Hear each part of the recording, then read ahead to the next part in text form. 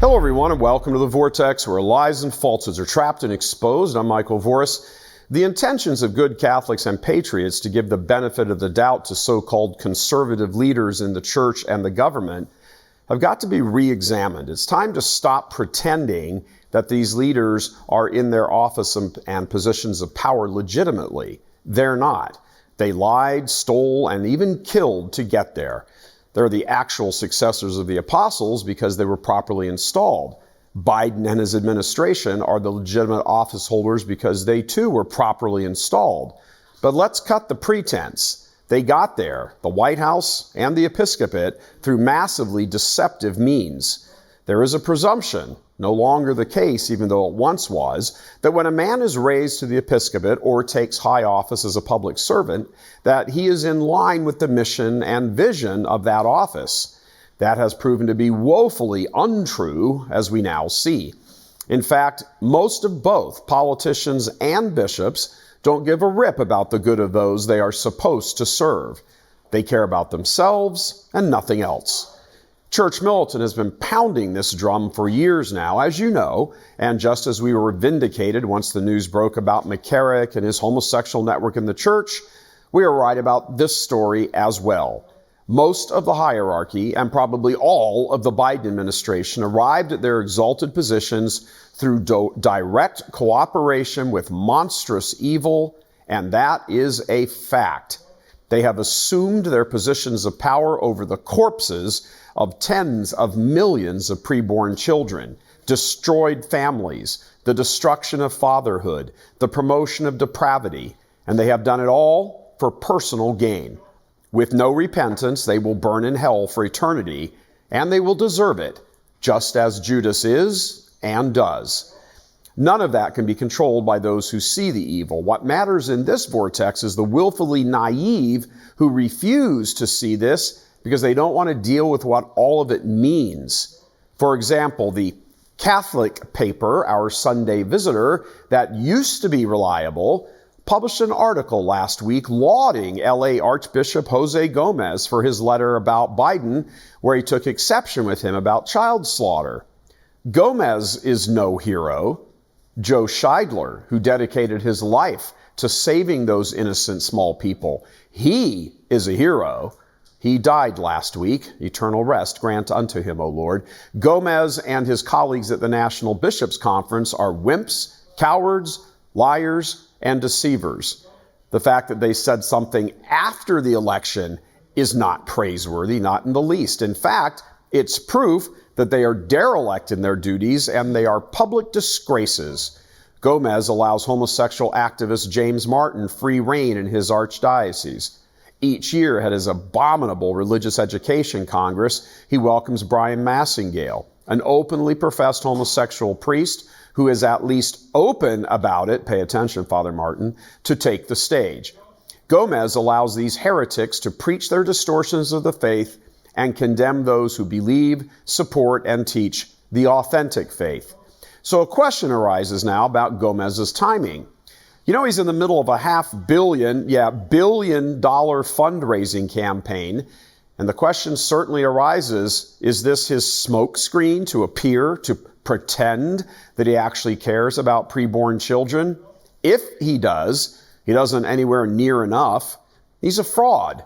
He's legitimate. Yeah, big deal. He's a successor of the apostles. Yep. He is the rightful Archbishop of LA. Absolutely. But he's a complete fraud.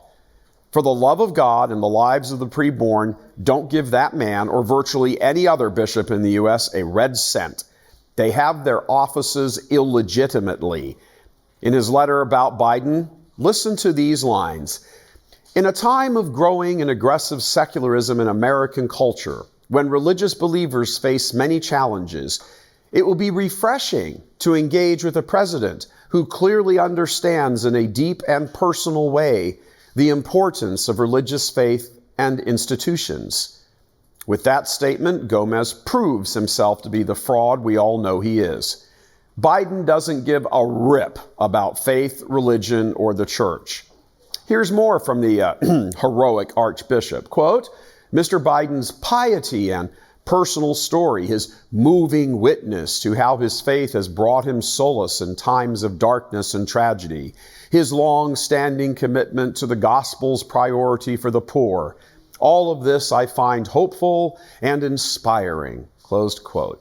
What you should find at Archbishop is a great facade, a deceitful use of religion to make himself appear to be authentically Catholic. He is neither authentic nor Catholic.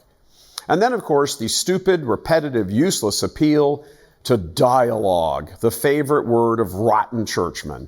Quote, "My hope is that we can begin a dialogue to address the complicated cultural and economic factors that are driving abortion and discouraging families."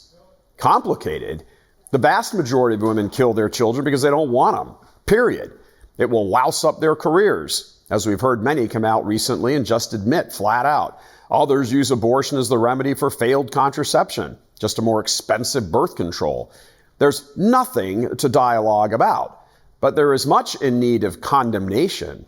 How any Catholic layperson can listen to this pretense and move along as though all is normal, that's frightening. Communism has come to America, and it has been brought here by thieves, killers, and liars who go along with the all is normal pretense so as not to rock the yachts they all live on. Joe Biden cares nothing for the poor. Gomez cares nothing for the poor. The U.S. hierarchy cares nothing for the poor. Like the commies, the bishops see in the poor an opportunity to extract money from the sheep. Allow us to ask this simple question. If we grant, because it's true, that there is no one in the culture more poor than an innocent, defenseless child, why then in nearly 50 years of the child slaughter have the bishops not taken up even one single national collection for the pro-life cause? 50 years. Answer, because they are not really committed to it. They are content to do the dialogue dance with the Democrats and rhinos who keep handing them money. And they keep handing them money for social justice to further the pretense that they too care for the poor. The Dems and most politicians care nothing for the poor. And when it comes to the bishops, you can add to that, they care nothing for your souls either. The reason the willfully blind Catholics and patriots do not want to consider the reality of all of this, wicked and weak men legitimately holding their offices through illegitimate means, is because that single admission would mean the entire system is corrupt. That single realization would then require an entire commitment of the rest of your lives to work to fix it all or die trying. But down deep, they know that already.